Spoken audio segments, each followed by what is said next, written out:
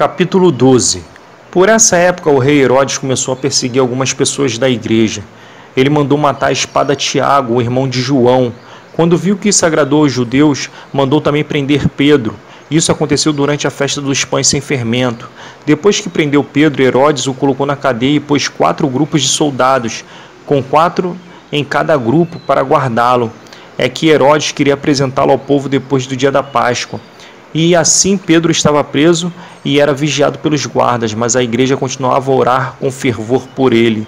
Na noite antes do dia em que Herodes ia apresentá-lo ao povo, Pedro estava dormindo, preso com 2 correntes entre 2 soldados, e havia guardas de vigia no portão da cadeia.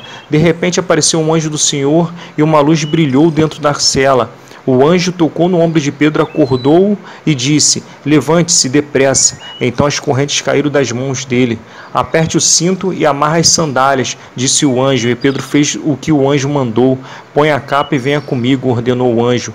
Pedro saiu da cadeia e foi seguindo o anjo, porém não sabia se de fato o anjo o estava libertando. Ele pensava que aquilo era uma visão. Eles passaram pelo primeiro e pelo segundo posto da guarda e chegaram ao portão de ferro que dava para a rua. O portão se abriu sozinho e eles saíram, andaram por uma rua e de repente um anjo foi embora. Então Pedro compreendeu o que estava acontecendo e disse: "Agora sei que de fato o Senhor mandou o seu anjo e me livrou do poder de Herodes e de tudo que os judeus tinham a intenção de me fazer." Quando Pedro entendeu o que havia acontecido, foi para a casa de Maria, a mãe de João Marcos. Muitas pessoas estavam reunidas ali orando. Ele bateu na porta da frente e a empregada, que se chamava Rhodes, foi ver quem era. Quando reconheceu a voz de Pedro, ficou tão contente que, em vez de abrir a porta, voltou correndo para contar que Pedro estava lá fora. Então eles disseram: "Você está maluca." Porém, ela insistiu que era verdade. Aí eles disseram: "É o anjo dele." Enquanto isso, Pedro continuava batendo. Finalmente, eles abriram a porta e, quando viram que era Pedro mesmo, ficaram muito assustados. Ele fez um sinal com a mão para que ficassem quietos e contou como o Senhor o tinha tirado da prisão. "Contem isso a Tiago e aos outros irmãos", disse ele. Em seguida, saiu dali e foi para outro lugar.